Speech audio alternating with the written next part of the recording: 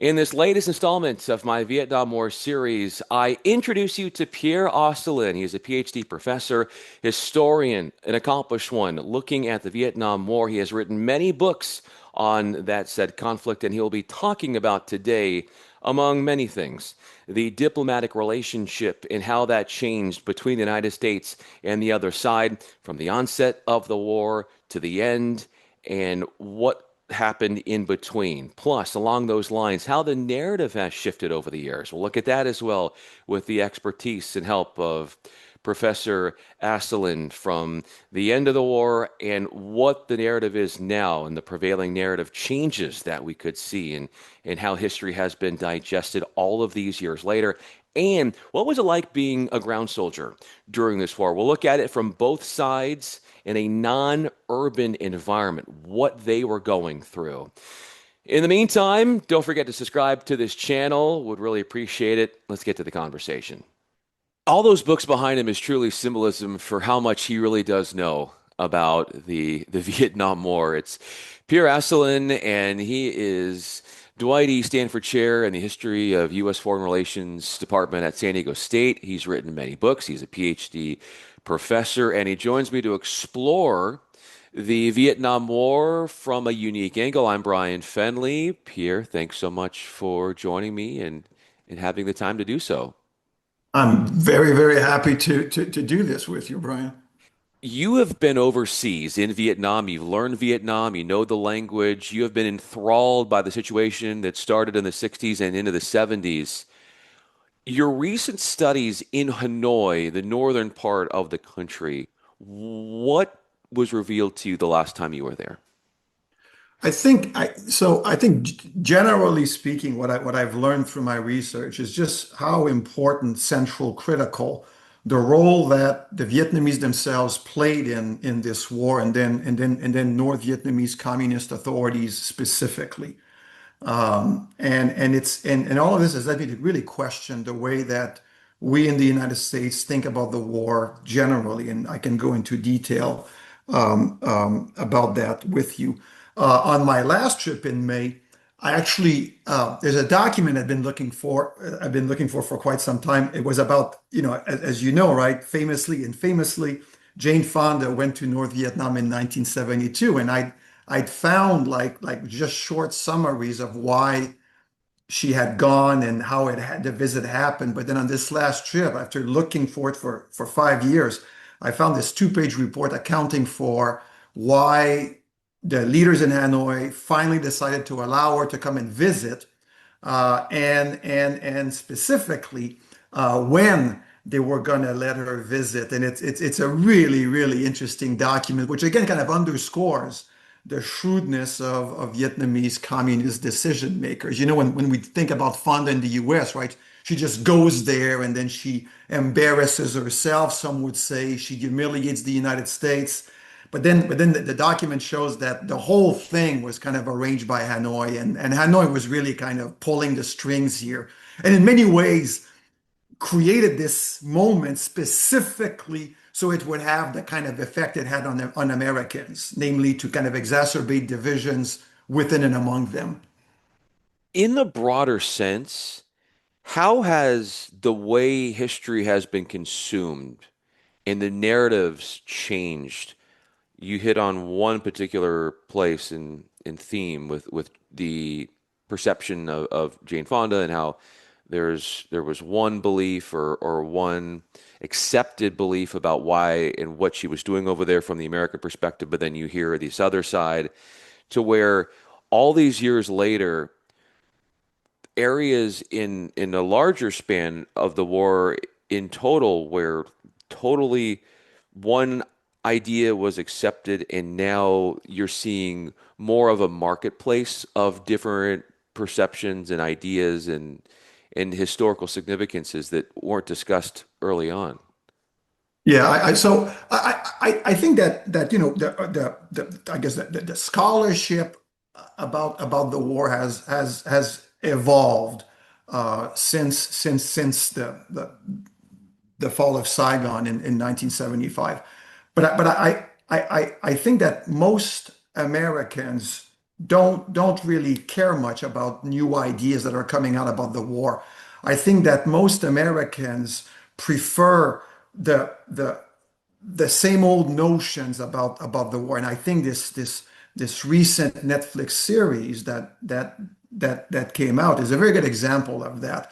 I think that Americans, despite what new scholarship has shown, just prefer looking at the Vietnam War as this American tragedy, right? As an American tragedy in the sense that, it was very bad for America, but also as an American tragedy in the sense that this was all created by the United States.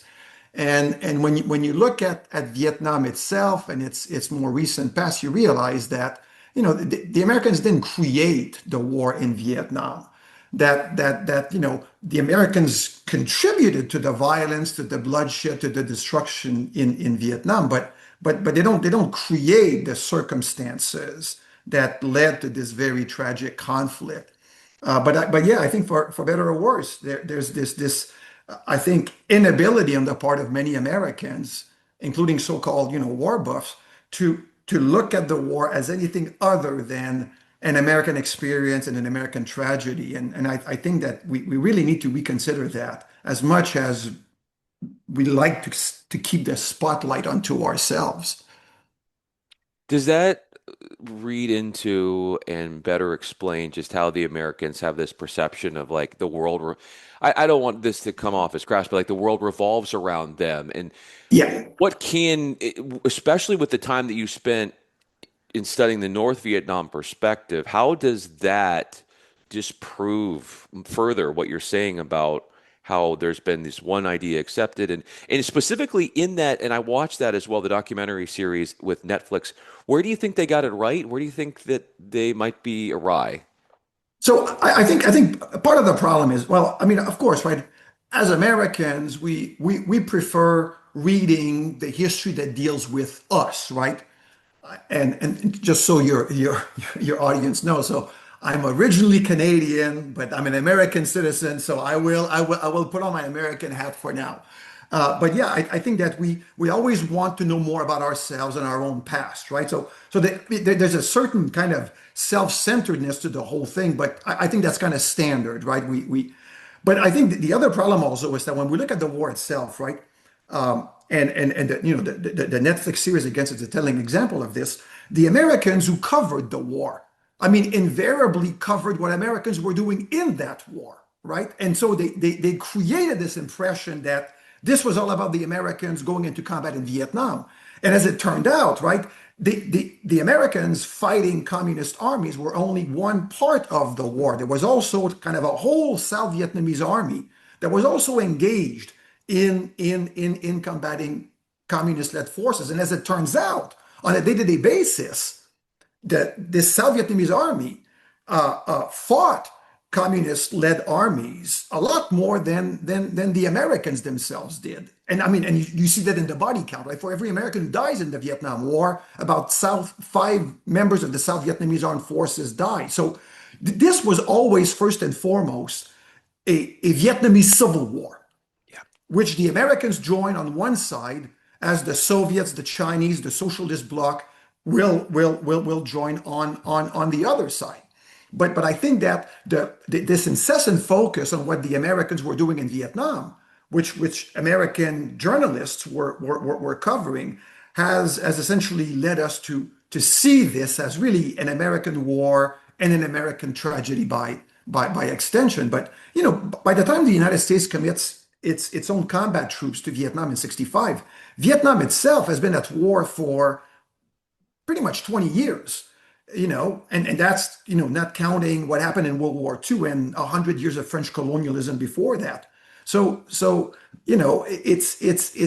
I think fundamentally, I really think that Americans get the whole war wrong, but it's not necessarily their fault because so much of the coverage during the war and since has been focused on the United States.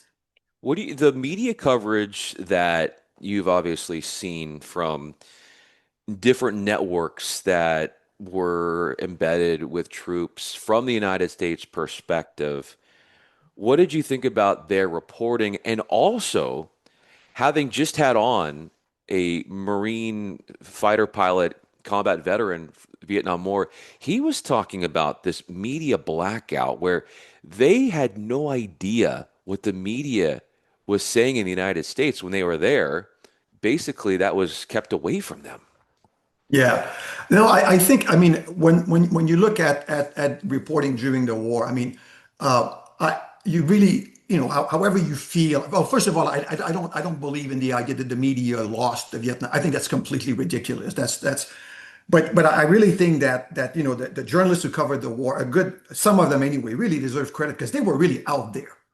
When you watch the coverage of the war in Ukraine, right? Almost invariably, people on rooftops in hotels, right? You see that with Israel also, right? Like when Iran was firing missiles at Israel, you'd see these guys from Fox News, MSNBC on the balconies of their hotels, right? I mean, that's not combat reporting. In Vietnam, these American journalists and other journalists would actually go with units into combat zones and report on what they saw. And I think the reporting was very accurate. It was really, really difficult for 18, 19, 20-year-old Americans to be kind of walking the jungles in Vietnam until they made contact with the enemy and then tried to kill them. So and there was nothing good or noble about that. And this is kids, ordered to do a job and they do it. And I mean, if as any combat veteran can appreciate it, there's nothing noble about this, right? It's all about survival and yes, you're serving your country, but fundamentally, right? Once you're in combat, the only reason you're doing it is for the people next to you. So I really think when you watch some of these journalists, right, and how closely they follow some American units, I think they really get it right about how frustrating it could be at times, how dangerous it was. But then the other thing I think that we need to understand is that, there was at one point about 600,000 Americans in Vietnam, right? And when we think of the Vietnam War, we almost invariably think that the Americans who were in Vietnam were out in the jungle with their 80-pound backpacks hunting for the Viet Cong. As it turns out, Brian, about at most 15% of Americans who were in Vietnam were actually combat forces. About 85% of the whole American presence in Vietnam was performing what we call combat support, direct or indirect. They were in air-conditioned offices in Saigon filing paperwork. They were driving trucks. They were preparing food. I think it's a big myth. It's a huge myth about Vietnam that or any war for that matter that like these veterans of these wars were actually in the thick of things. And so I think this also kind of helped create this misperception about what the American war in Vietnam was really about and how American that war in reality was. How troubling is it when you think about the reality of the war that even in Saigon in southern Vietnam, you could be going to a restaurant and you could assume that that person might be sympathetic to the American side, and then it's not. And it's so hard. What do you think that would be like, Professor, when it's so hard to know who's your friend, who is your nemesis, and what that does to the human psyche when you're trying to make sense of why you're out there? I mean, but and again, right? This is the fundamental problem with becoming a foreign party to a civil war. Mm. And I mean, and again, to this day, right? We rarely use the term civil war in reference to what was happening in Vietnam, but that's what it was. And I think part of the reason why we get Vietnam so wrong is because American policymakers and Americans generally at the time also got it wrong. We failed to look at it as a civil war. And that's the thing, right? In any civil war, the violence is indigenous people against indigenous people, right? You can't tell friend from foe, even if you're from that place. And then you bring these 18, 19, 20-year-old Americans who've never really been out of the country, and you ask them to figure this stuff out. It becomes an impossible task. I think for these young Americans who are performing combat roles, this was an incredibly difficult situation. And this is the other thing, Brian, that we didn't do then and we don't do today. We never prepare these guys to even develop a semblance of understanding of the local culture, Mm. right? God forbid these kids would go in knowing some of the local language and traditions, but we do none of that.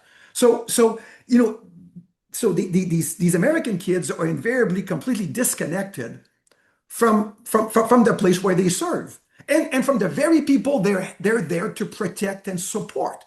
And when you can't communicate with your friends, it becomes very, very easy then to look at these guys suspiciously. And when your enemy looks like your prospective friends, then it becomes very, very messy. And I think that was the one of the major tragedies of Vietnam is that the total inability of American leaders to impress upon the troops in the field the importance of trying to understand the situation as the Vietnamese themselves were seeing it. And if you can't do that, um, it's going to be a very frustrating experience, and it's likely to be a counterproductive experience. You can't empathize with the people you're there to protect. You don't understand why you have to protect these guys, and then you can't.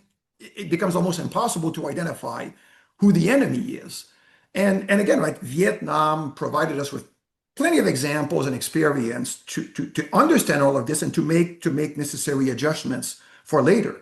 But then what happens? We go into Iraq, we go into Afghanistan, same thing all over again. We send these kids out there and they have no idea of where they are, what they're supposed to be doing. They have no idea who's friend, who's foe. And then the mission fails. And in the midst of all of this, things that shouldn't happen. Innocent people get killed, and of course, if your enemy is clever, he's going to make you pay for that by publicizing these things, and things don't turn out the way that leaders expect them to turn out. But understanding your enemy is important. Understanding your friend is even more important, and we never equip our forces on the ground to do these things, possibly because our leaders themselves don't understand what they're up against. That's so well said. And you brought up a lot of points about the breakdown in communication. I want to get more into that in a second. You also mentioned Afghanistan, and we saw the reports about how hard it was for the United States to leave Afghanistan and the struggles that came when they did. How dire was the situation in 75? In watching the documentary on Netflix, it tried to explain the last helicopters and what they went through trying to scoop up as many people as possible around that U.S. embassy before things completely went under the control of the North Vietnam or the North Vietnamese. What do you think it would have been like wanting and needing to get out of that situation and the anxiety that had to have overcome you? As we say, right, it's so easy to start a war and it's so difficult to end it. It's really, really difficult. Um, we saw, a lot of people, yeah, there were issues with Nixon, right? But I think that him taking 4 years to end the war was sensible policy. He understood that the way the U.S. gets out of Vietnam is likely to have significant consequences for the country. Fundamentally, Nixon understands that what the Americans are fighting for in Vietnam after 68, 69 is their credibility, internationally. And Nixon wants to get out of Vietnam, you know, on relatively honorable terms. Specifically, he wants to give South Vietnam a chance to survive after the Americans are gone. And I think that's why the extrication is so gradual. It's very painful because many Americans die. And to this day, many Americans don't understand why they had to die. But, the national interest, as Nixon defined it, compelled the United States to get out of Vietnam in a way that would allow it to continue fighting the Cold War generally. And I really think that, again, I'm not, maybe Nixon was a war criminal, right? But I think he needs to be understood for at least trying to preserve a modicum of American credibility, which he knew was necessary because the Cold War was still going on, whatever happened in Vietnam. So you have to withdraw gradually, right? And Nixon knew he wasn't going to win, but again, he wants to preserve American credibility. And then in the latter stages of the war, then the question becomes, okay, when do we really firmly kind of pull the plug on the whole thing? And it becomes chaotic at that point because the moment you start evacuating the embassy and burning documents, that's when panic is going to set in, not just amongst your own people, but among your local allies, the people, the hundreds of thousands, sometimes the millions of people in the country in question, in Vietnam, who were supporting you, were working with you. And I think that it was easy for some Americans to just, okay, let's get out. But then for other Americans who've been working with these Vietnamese closely for years and who understood that, if the US left and the communists took over, these guys would more likely than not either be killed or beaten or thrown in jail. That was very difficult. It was a very, very difficult thing to do. And so the evacuation becomes a much messier thing than anticipated, in part because a lot of Americans who are in Vietnam as of 75 don't follow orders and do what they can to take with them out of the country as many of their Vietnamese friends and their families as they can. In interpreting what you're saying, I don't know how much you would agree with me with this, but I think of like for example, like as a metaphor, like a show trial, in that there's obviously a message that's trying to be depicted, and there is a way in which you're trying to get your point across, a narrative. And I don't know if that is a good comparison to the U.S. involvement in Vietnam, but they, as you said, from my opinion, they really wanted to show what they're capable of, their competency, and it was a preservation of ego and reputation and legacy, which they want to show the world that they are powerful, that they have the bravado, and that they're not weak. And so, yeah, to that point, how much of that was playing into to further what you're saying of why this thing went on, and what does that speak to another point of like an arrogance by the U.S. government to like not realize, okay, this isn't working as well as we'd thought, but the arrogance, and where do you feel like that takes center stage with the government there in damage control? And that's the thing. I mean, in a way, right? American arrogance is also a source of American power, right? I mean, if you act confidently in the world, and I really think that that's how Nixon looked at things. That okay, we're losing in Vietnam. I think Nixon had no illusion about that. But how do you get out of Vietnam and basically have the world witness your loss while again continuing to fight this Cold War against the Soviets and the Chinese, right? How do you reassure your other friends in other parts of the world, right? So you have to do things slowly and meticulously. And as it turns out, Nixon had a blueprint for Vietnam, which I think many people don't realize. He was going to get out of Vietnam the same way that the French had gotten out of Algeria. And so Nixon was a admired Charles de Gaulle, again, for better or worse, right? However we feel about de Gaulle, Nixon liked him, and specifically Nixon really respected the way de Gaulle had gotten France out of Algeria, of a really, really difficult war for the French, in a way that allowed France to maintain, again, some of its international prestige and credibility. And I don't think it's coincidence that it took de Gaulle 4 years to get France out of Vietnam, and it took Nixon exactly. It took de Gaulle 4 years to get France out of Algeria, and it took Nixon exactly 4 years to get the U.S. out of Vietnam. And sure enough, right?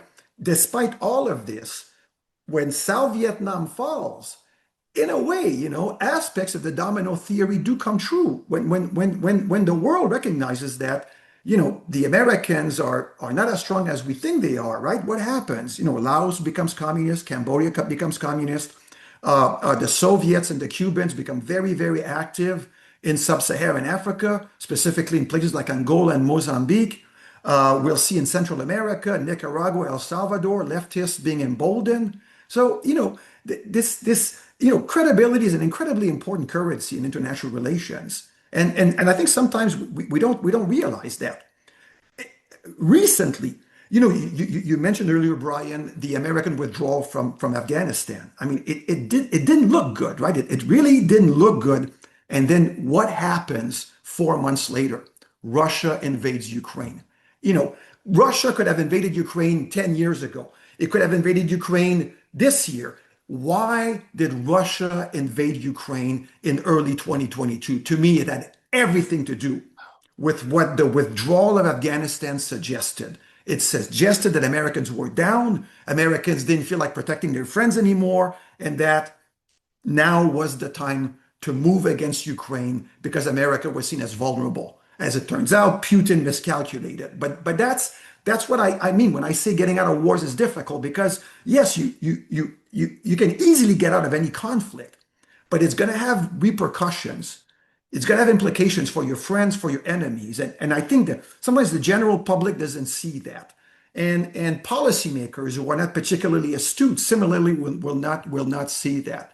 And I think fundamentally, it could have been much worse for the Americans in Vietnam and in the world had Nixon not pushed as far and as much as he did to get what he thought was a decent peace settlement to end his war against the communists. I'm throwing out something that will never happen. It's an alternative universe that we would live in. But what do you suspect the Vietnam War would have been like? How long it would last, and what damage it would do, and how big of a deal would become if it was Nixon starting the war and not Lyndon B. Johnson, and how the U.S. involvement might have been curtailed or adjusted, and what that difference would look like? So I think maybe it would have never started with Nixon in power. So Johnson starts the war, right? But he never wanted that war, right? Johnson is kind of an accidental president, right? He really doesn't care about Vietnam, right? What Johnson wants to do upon assuming the presidency is essentially continue his efforts to create this so-called Great Society, right? I mean, Johnson's record with respect to human rights, I mean, it's absolutely remarkable, right? But that's the thing. Why the civil rights happen in the mid 1960s? Partly because Johnson will give conservative the war in Vietnam. For Johnson, Vietnam is a bargaining chip. I mean, the record is clear. Johnson doesn't want Vietnam. He inherits Vietnam from Kennedy, from Eisenhower before him, and Truman before Eisenhower. So, but Johnson wants that great society, but he understands that he's not going to get conservatives and detractors to play ball unless he gives them something they want. And that's the thing, right? If you work on civil rights, and you pursue legislation in that respect, you're likely to feel like you need to act tough in other ways so that you don't alienate everyone inside your own country. And I'm not sure Nixon would have had to do that, given his record as a staunch anti-communist. I mean, if anything, right? Again, if we look at actions, Nixon comes into office, and what does he do? He reaches out to the Soviets, he reaches out to the Chinese, and he tries to put an end to the war in Vietnam. So again, it took a long time, right? But Nixon endeavored to be the peacemaker that his predecessors never were.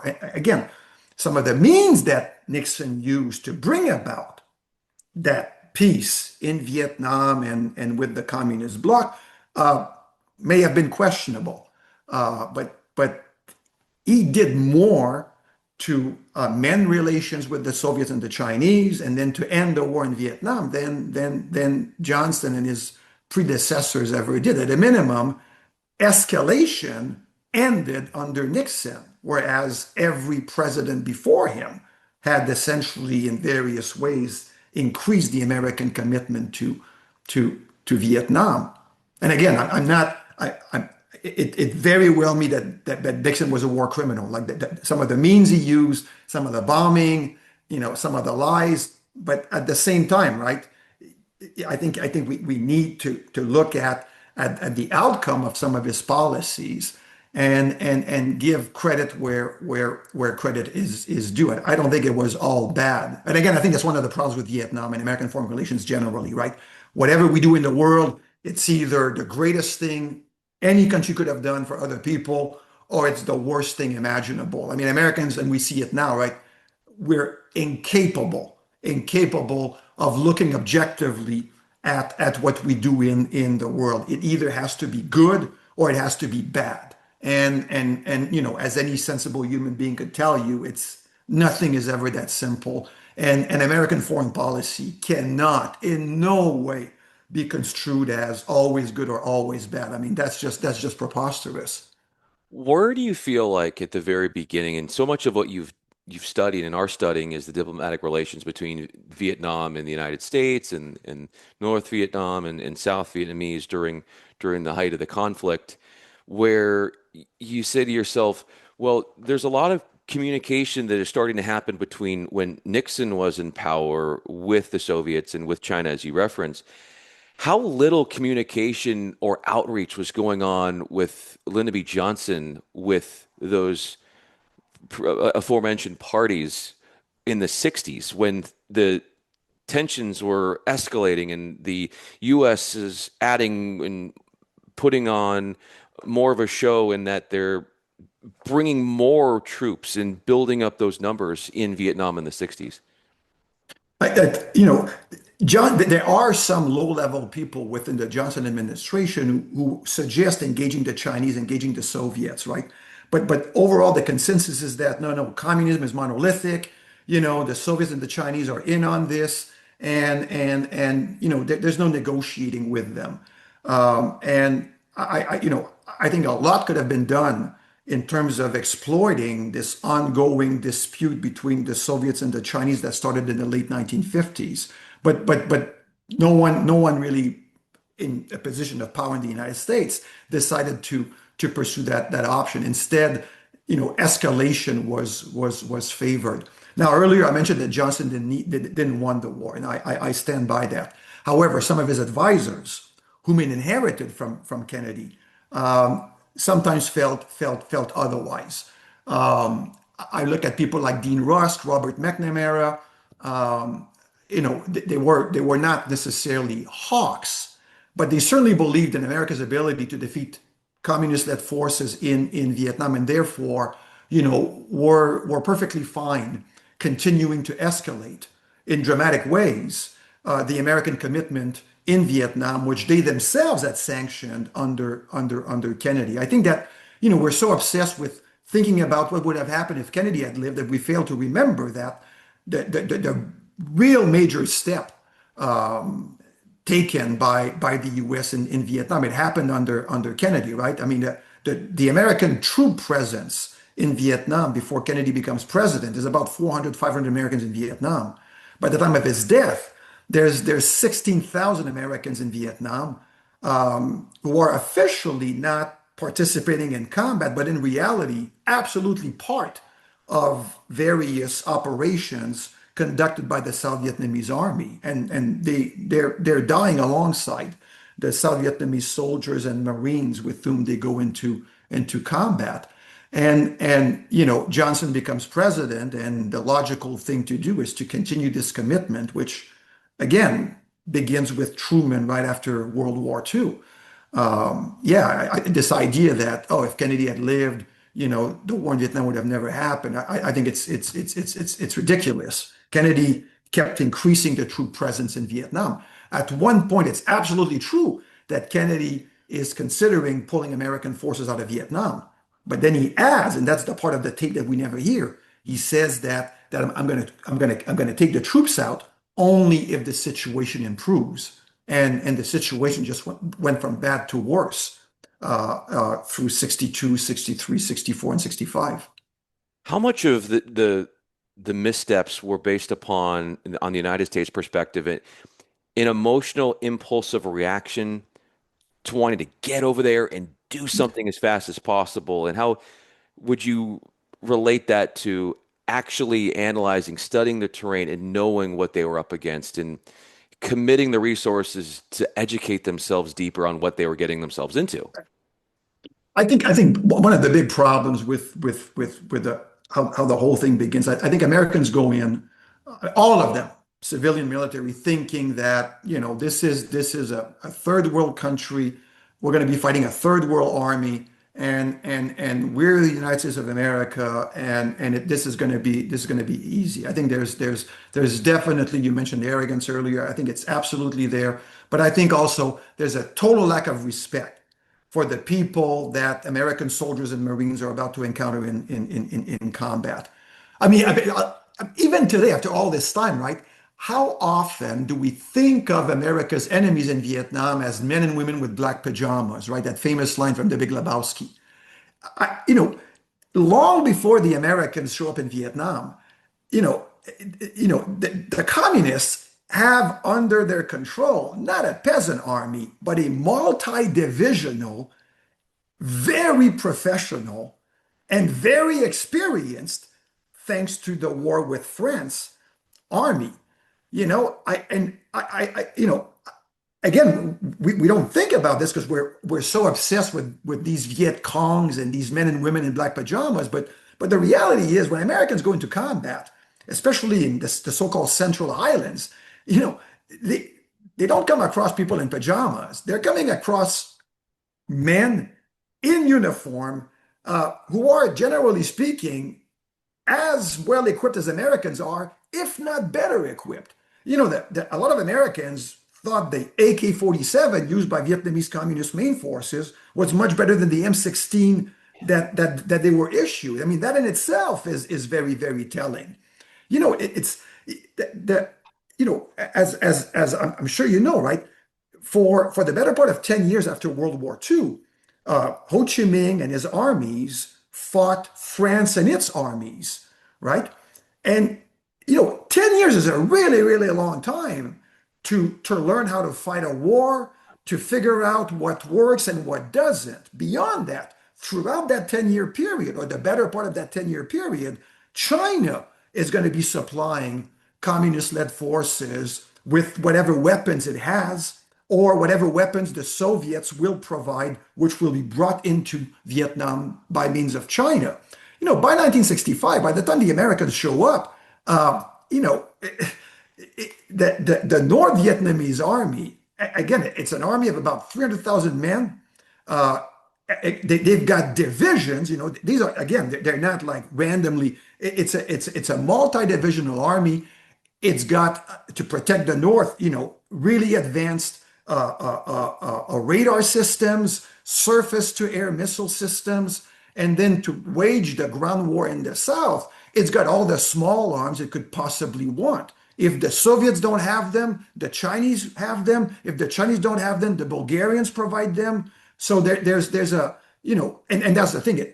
If you talk to people who were actually in combat in Vietnam, no one respects North Vietnamese soldiers more than they do. And none of these guys will ever tell you that the people they were up against were peasants. I mean, if and I mean, again, really, the real combat, the guys who spent, 2 or 3 weeks in the jungle on those missions, first of all, they rarely, if ever, talk about their experiences. They only talk to each other about those experiences. And the only people they respect other than each other are their enemies. They have no respect for the people who send them there. They don't have much respect for the other Americans who claim to be Vietnam vets, but had nothing to do with the kind of work that they were doing. And as much as we think we're doing good when we thank them for their service, they don't necessarily have much respect for the Americans who kind of thank people for their service without really understanding that there are different levels of service in the U.S. military. Again, it goes to the whole misunderstanding of what happened in Vietnam, right? Yes, J.D. Vance is a Marine veteran, but he's a veteran of a certain experience, and his experience is very, very different from the experience of other Marine veterans. And again, we never think about this, right? We think that all of these men and women in uniform are heroes, and they may well be. But if you apply the label to everyone, then does the guy driving a truck deserve to be called a hero to the same extent that the guy who threw himself onto a grenade in a combat zone to save 5 of his buddies? We need to realize this, and Vietnam, again, was an apogee for us to appreciate that. And we fail to recognize it. And I think that's part of the trauma of being a combat veteran. There's what you live through the first time, and then there's coming home, and then having to be thought of as just another veteran, like all these other veterans who had completely different experiences. But yeah, I think if your listeners are there, if any of them will know the veterans who talk the most about their experiences are probably the ones who were in the least danger. The people who really were in danger, again, the only people that they'll talk to will be other survivors of their units. There's it's not just the war generally we fail to understand. It's even as much as empathy as we want to have. It's the experience for the people who were there, the men and women who were there, and we haven't even begun to understand what that was like. That again, that Netflix series very clearly suggested that every American in Vietnam was facing danger on a day-to-day basis. Nothing could be further from the truth. Typical day in Vietnam, Americans were enjoying cold beers, warm food in Saigon, in Da Nang, in Hue. They were not living the kind of life that some of these Marine units along the demilitarized zone, guys who didn't shower for 3 weeks, who didn't have a hot meal for 3 weeks, who were out on patrol for 3 weeks, experience. And again, we've had 50 years to figure this out, Brian, and we still have it. And I don't know why that is. I think, it would be great to give credit to combat veterans and recognize, okay, there are some guys and women who really saw stuff. And there were others for whom Vietnam was the best time of their lives. But again, the combat veterans themselves will be the last ones to point this out because the last thing they want to do is draw attention to themselves. And that's another tragedy because that generation, as you probably know, is Yeah. slowly disappearing. And that's really, I think that's another, that it's Vietnam is the tragedy that keeps on giving, right? And these guys, dying without sharing their stories, even with their own families sometimes. I mean, I think that's really, really tragic. And what's tragic is they can't unsee what No, they saw. And no. because it's so traumatizing, to which I'll never understand what they went through, which holds them back from wanting to discuss it.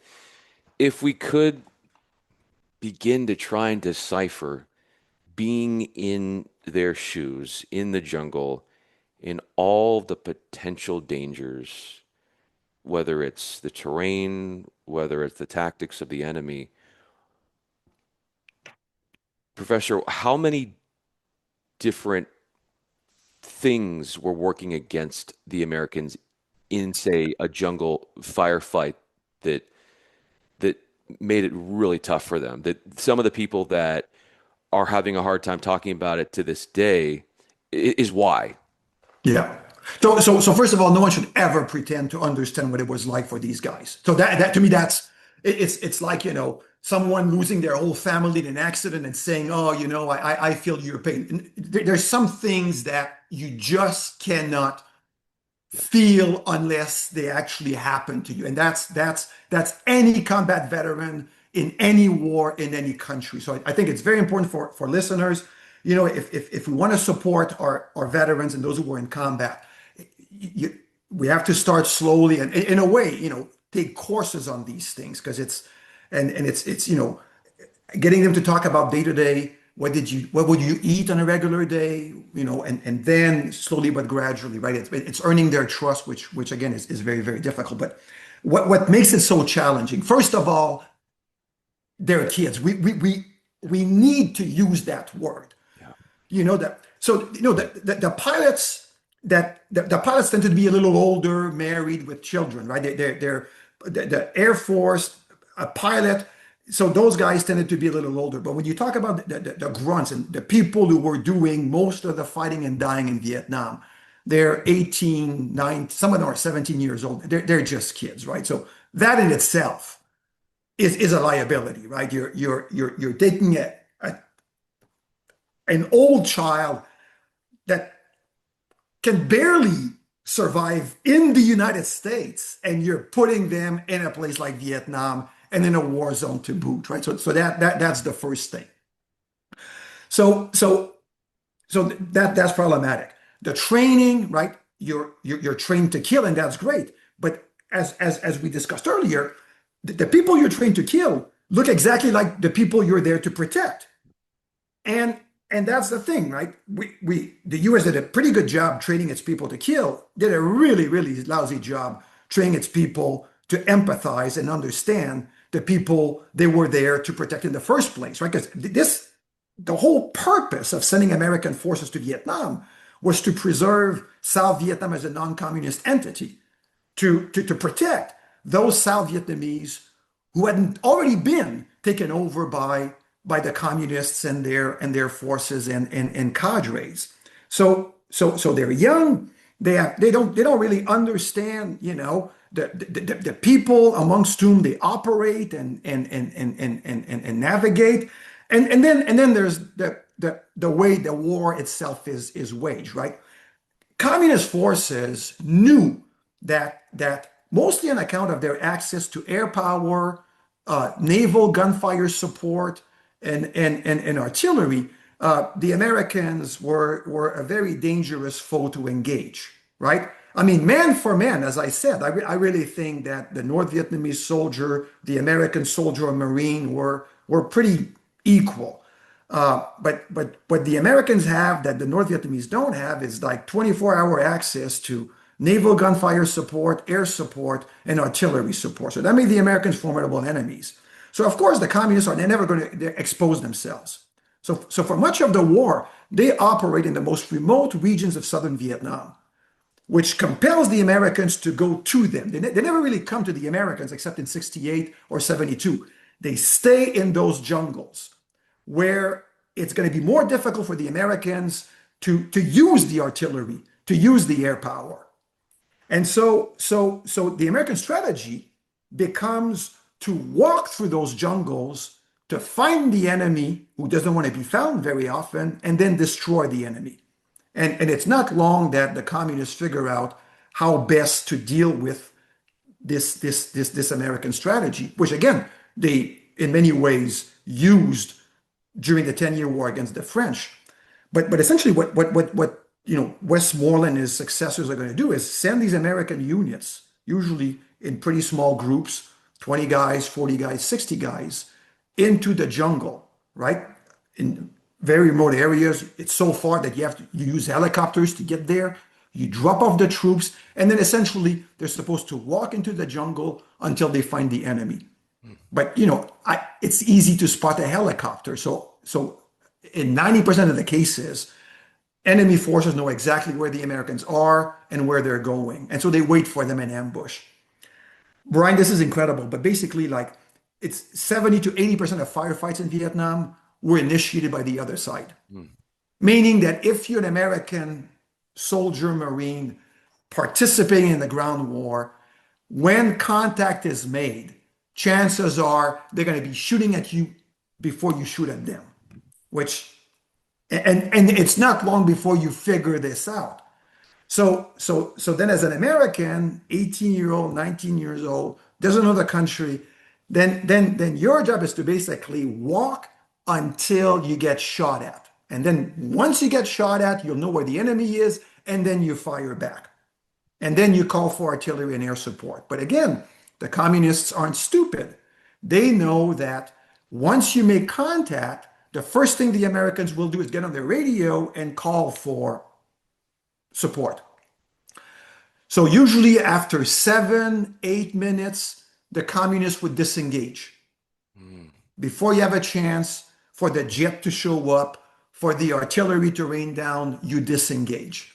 Or you get so close to the Americans that if they want air support, they're going to have to bomb themselves, right? So it's an incredibly terrifying and frustrating experience because, you've been walking through the jungle for a week, you finally find the enemy, and before you really get to hurt that enemy, he's disappeared. And in the wake of all that, your buddy's dead, and 3 or 4 of them are wounded, and you don't really have anything to show for what just happened. So, putting an 18-year-old, 19-year-old through something like this, essentially on a regular basis, because the next day you start doing the same thing all over again, can be quite traumatic. And that's the thing, right? Americans are in Vietnam for a year.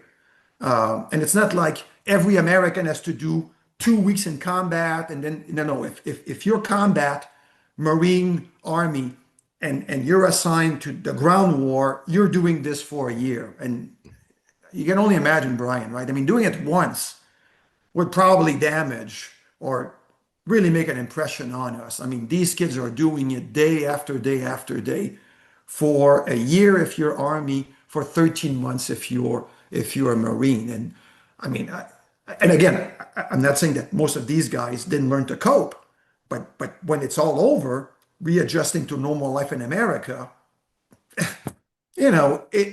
it's difficult. And again, because you were 18, 19, these are your formative years. This stays with you for the rest of your life. So it's such a hard and to me, that's why massacres like we see at My Lai happen. I think most American forces in Vietnam behaved well for most of the war, but inevitably, you put a kid in that situation, some of these kids are going to do dumb things at some point. And that's the thing, right? My Lai is famous because we've got the photos documenting it. But this is what happens in war. And I think that's what Americans need to understand. When you put any young person, whether they're American, Vietnamese, Nigerian, or Canadian, these are the kinds of things that are going to happen. It's inevitable. What also is inevitable is the disconnect between, say, like a Robert McNamara and the accounts and the experiences firsthand that these U.S. and even on the Vietnamese side, soldiers were having to deal with in those very muggy, humid, all kinds of wildlife that the U.S. wasn't exposed to. If McNamara happened to find himself in one of those units, how does it make him look less ill prepared and less ill equipped for the decisions that he would go on to make? I think that's why these guys can make these decisions, right? Is that they rarely, if ever, been in those situations themselves. I mean, Kennedy, right? World War II veteran. By some accounts, there's no Cuban Missile Crisis. There's no end of the world because he remembers what total war was like, and his counterpart Khrushchev was also a World War II veteran, remembers what total war was like, right? And so neither wants war.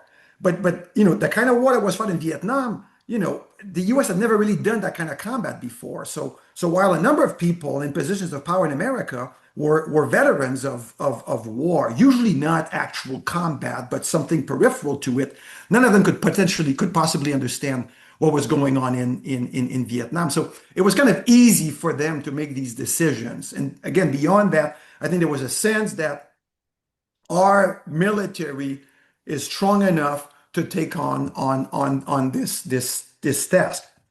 And they proved wrong in that respect. One of my colleagues likes to say, and we need to understand that, there are limits to American power. And I think as much as the US could have done certain things better in Vietnam, I think that in the end it loses because the guys on the other side proved better at waging that kind of a war than Americans at all levels of government and the military ever could wage the war. But yeah, I mean it's just impossible to understand what this experience is like because it's so visceral, right? For the men and women on the ground. And I think if most Americans understood that, I really think we would stop celebrating war. I understand war is an essential part. It's a terrible part, but it's an essential part of life. But if there's any way to avoid it, I think we should, if only for the people who would otherwise be fighting it. And of course, our men and women in uniform will never refrain from following orders. They'll go where we tell them to go. But there has to be an understanding that when we send these men and women into combat, they're going to come back different people. And if only for their sake, if we really, really care about veterans, if we really care about our men and women in uniform, we should do everything possible to avoid sending them into combat in the first place. War does nothing good to those who actually fight them. And yet we're so gung-ho about them, right? We love air shows. I mean, the idea of it, right? We celebrate instruments of death and destruction. And again, any combat veteran would tell you that there's something incredibly morbid about us going to air shows and cheering when we see the Blue Angels, right? But I think we have to come to terms with that. We have to recognize at some point that it's perfectly fine to support our men and women in uniform, but at the same time, if we really support them, we really need to understand what these guys go through. At a minimum, try to really make an effort at getting a vague sense of what it's like to be in their shoes. But instead, we say, I support the troops. We buy them a cup of coffee, and that's supposed to make everything okay when we ask them to go to war. And I really think the glamorization of the military, which we're so big on in this country, is the worst thing we could possibly do for the men and women who will actually be performing combat for us in the future, because it makes it so easy for us to say, well, look how great they are. Let's have them do what they love doing. And that's the thing, right? Nobody, however well you train them, actually wants to be in combat. I think part of the issues that you're talking about too is there's like a gamifying what a soldier is going through, and as if that's some way to honor or to further this glamorization of what they're doing. I want to leave you with this one question, and I we could go on. I absolutely am really enjoying this conversation with you, Professor. I was speaking with in one of my prior interviews, I was speaking with the Marine fighter pilot, combat veteran, Vietnam War. And I asked him, would he ever go back to Vietnam after he flew over 300 combat missions? And he said, absolutely, even to this day. How is it that a human being can go through what they went through? Those who, and again, like you said, there are various levels of involvement and various levels of what certain people went through in the conflict, some more extreme and harsh than the others.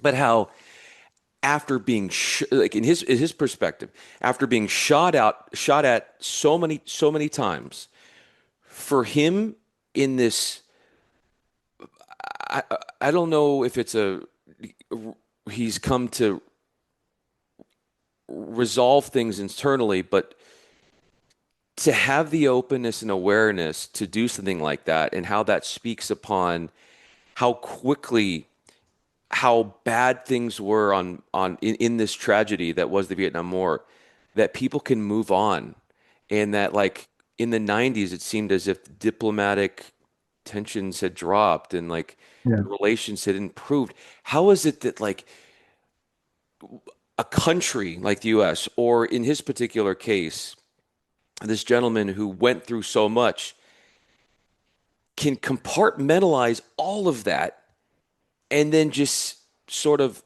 move forward and want to engage with the other side? Maybe go to a meeting with those who they were fighting with. Yeah. I cannot even fathom what that's like, and how the diplomatic relations have changed in such a short amount of time, and how humans that were in some of those situations and the countries can get over all of that seemingly so quickly. And to me, that's one of the things that makes combat veterans heroes is that they come back and and most of them find a way to adjust. Uh, Not all of them, as we know, right? A lot of people commit suicide, right? It's what is it, like 22 veterans each day commit suicide in the United States? I mean, that's right. Some of them are going to rely heavily on drugs, on alcohol, but after a while, I think a good number of veterans will find a way to adjust to the new circumstance. I think growing older, putting having some distance between you and that experience, I think it helps a lot, right? And I think for some veterans, not all of them, but for some, going back to Vietnam is a way to have closure. For some of them, it's a way to atone for what perhaps they feel was something bad they did, right? If they can go back and smile at a Vietnamese person or do something nice for the Vietnamese, then maybe that's going to make the wrong they feel right, right? For others, there's an understanding that I did what I was told to do as an 18-year-old. So maybe I was wrong, but I was just following orders. And then going back can help because then they can share with their families, their spouses, and their kids. what they did in a way that maybe they weren't able to do back home. Mm. And then what you find, Brian, and I've been witness to this a few occasions, some of these guys who went through hell by being in combat, they meet some of the people they actually fought against in certain battles. And then they break down because yes, we tried to kill each other back then, but and as different as we are, you're the only one who understands what I went through Mm. that day. We weren't on the same side, right? But you lost your friends, I lost, and there's this strange connection that results. And that's the thing. Is that for a lot of people who were in combat, what remains is the experience itself. And it's an experience that's so visceral that you feel that only other combat veterans can understand it. And so, with the passage of time, yes, those guys were on the other side and they tried to kill you at the time and you tried to kill them. But now you recognize, as you've matured, that this is also the only person in the world who's still alive and still remembers what the battle was like and who basically went through exactly what I went through. And it's such an interesting situation, but it's not for everyone. I've been told by several combat veterans, I'm never going back there. Similarly, I've been told by many North Vietnamese veterans that if they ever saw a white person, an American, they would punch them in the face. But a lot of people try to put the past behind them, and there's different ways of doing that, and returning to Vietnam can be quite therapeutic for some, but it's Vietnam, and I think I'll leave you with this, Brian. There's no American experience in Vietnam. There's 2.8 American experiences in Vietnam. Vietnam was a completely different experience for every American man and woman who served there. And we need to understand, right? We make documentaries, we write books, and we try to present kind of what the collective experience was like. But I think that what we need to understand is that it was a different experience for every single man and woman who was there. And as I said earlier, for some it was awesome. For others, it was absolutely awful. And then there's the whole range in between. And to me, that's what makes that conflict so interesting to study. It can have so many different meanings depending on the perspective you look at it from. I was having such a hard time imagining how, and you laid it out brilliantly, how two different sides could sit down and have a conversation now. Yeah. And I think it speaks to human desire for shared experiences. And what really connects humans is that it is those shared experiences, first and Yeah. foremost. Even if that person doesn't see that experience the same way as you do, if they were a part of it, there is that, as you said, a strange connection that is very hard just from the outside to comprehend. Dr. Asselin, I could not be more thankful for your time. I revere your work considerably. Dr. Asselin has done multiple books. He's written multiple books, including one that came out not too long ago in 2018, Vietnam's American War History, and that was released in 2018 by the Cambridge University Press. Thanks for all the work you're doing in this field. Definitely admire your work and your cutting edge studies. Thanks so much for making the time. My pleasure, Brian. Thanks for having me. Thank you.